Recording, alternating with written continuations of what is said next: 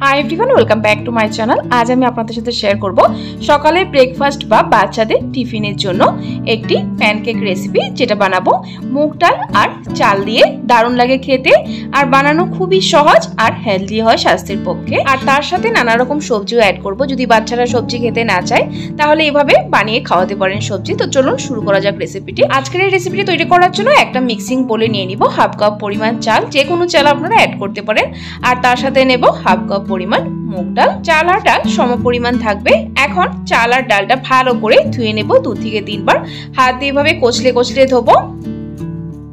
চাল আর ডালটা খুব ভালো করে ধুয়ে নিয়েছি। এখন এই চাল আর ডালের উপর 1 কোড়ের মতো জল রেখে দিয়েছি। এখন ঢাকা দিয়ে প্রায় 20 থেকে 30 মিনিট সময় রেখে দেব, যাতে করে চাল আর ডাল সুন্দর ভিজে গিয়ে ফুলে ওঠে। সো বন্ধুরা 30 মিনিট হয়ে গেছে। এখন ঢাকনা তুলে দিয়ে দেখে নিচ্ছি। দেখুন চাল আর ডাল কিন্তু সুন্দর ফুলে উঠেছে, ভিজে গিয়ে একদম পারফেক্ট আছে। এখন এই চাল আর ডালটা বেটে নিতে হবে। তার জন্য একটা মিক্সিং জারে নিয়ে নিয়েছি চাল আর ডাল, জল সমেতই নিয়ে নিয়েছি, কারণ বাড়তে জল অবশ্যই লাগবে। এখন ঢাকা দিয়ে পেস্ট তৈরি করে নেব মিহি করে।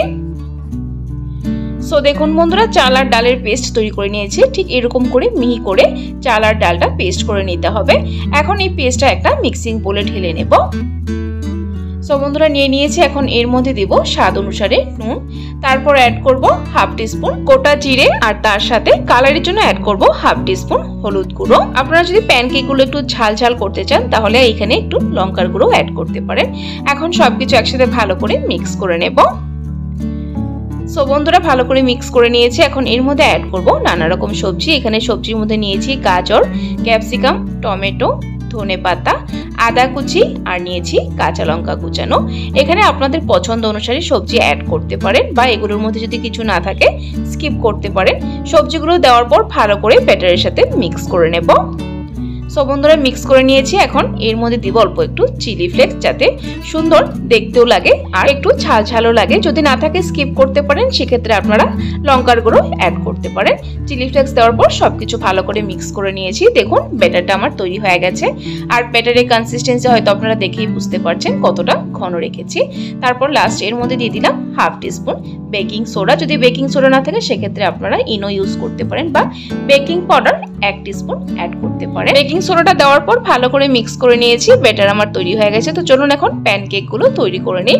তার জন্য এখানে তাওয়া বসিয়ে দিয়েছি। তাওয়া গরম হয়ে গেছে। এর মধ্যে দিয়ে দিব অল্প একটু সাদা তেল। তেলটা দেওয়ার পর ভালো করে তাওয়াটা ঘুরিয়ে দিব, যাতে করে চারপাশে তাওয়ার লেগে যায় তেলটা।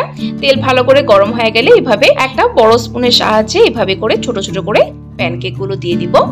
আমি এখানে 3টে একসাথে দিয়ে দিব। আপনারা চাইলে একটা একটা করেও ভাজতে পারেন। সো দেখুন বন্ধুরা 3টে একসাথে দিয়ে দিয়েছি। একটু ঘুরিয়ে দিচ্ছি যাতে করে তেল চারপাশে লেগে যায়। তারপর গ্যাসের ফ্লেমটা একদম মিডিয়ামে করে বা লোতে করে ঢাকা দিয়ে কুক করব, যতক্ষণ না প্যানকেকগুলো সুন্দর নিচের দিকে কুক হয়ে যাচ্ছে আর উপর দিয়ে সুন্দর শুকনো শুকনো হয়ে যাচ্ছে।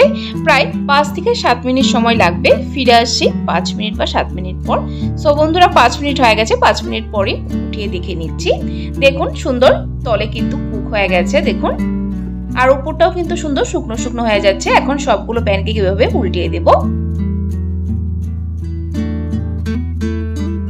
সো বন্ধুরা সবগুলো প্যানকেকই উল্টিয়ে দিয়েছি। এখন তাওয়াটা একটু ঘুরিয়ে দিব, কারণ তেল যে চারপাশে রয়ে গেছে এগুলো একটু যাতে প্যানকেকে লেগে যায়, তাই ঘুরিয়ে দিলাম। এখন এই পাশেও সুন্দর ঢাকা দিয়ে প্রায় 2 মিনিটের জন্য কুক করলেই হবে। সো বন্ধুরা 2 মিনিট হয়ে গেছে। 2 মিনিট পর দেখে নিয়েছি। দেখুন সুন্দর প্যানকেক গুলো তৈরি হয়ে গেছে, সুন্দর একটু ডার্ক করে ভাজা হয়ে গেছে। আপনারা চাইলে আরেকটু সময় ভেজে নিতে পারেন। আমি নামিয়ে নিচ্ছি। এখন প্যানকেক গুলো আরেকটু বড় করে বানাবো।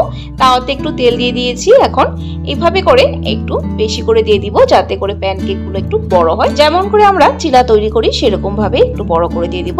সো বন্ধুরা ব্যাটার দিয়ে দিয়েছি। এখন উপর দিয়ে একটু সাদা তেল দিয়ে দিচ্ছি। সাদা তেল দিলে দেখতেও ভালো লাগে এবং হেলদিও হয়। এখন এই প্যানকেকটা সুন্দর মিডিয়াম ফ্লেমে কুক করে নেব ঢাকা দিয়ে প্রায় 5 থেকে 7 মিনিট সময় নিয়ে। আগের প্যানকেকগুলো যেভাবে ভেজেছি সেভাবেই ভেজে নেব প্যানকেকটা।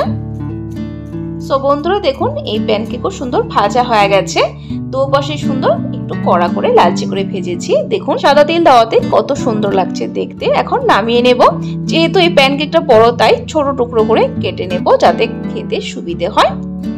সো বন্ধুরা দেখুন কেটে নিয়েছি আর দেখুন কত সুন্দরভাবে ভিতরটাও কুক হয়েছে আর খেতে কিন্তু দুর্দান্ত হয়েছে। আমি এখানে সসের সাথে সার্ভ করে নিয়েছি, আপনারা যে কোনো গ্রিন চাটনির সাথেও সার্ভ করতে পারেন। সো বন্ধুরা এইভাবে করে বাচ্চাদের লাঞ্চ বক্সেও বানিয়ে দিতে পারেন, দারুণ লাগে খেতে, বাচ্চারাও খেতে পছন্দ করবে আর অবশ্যই হেলদিও হয়। সো বন্ধুরা আমার আজকের এই রেসিপিটি কেমন লাগলো অবশ্যই কমেন্ট করে জানাবেন।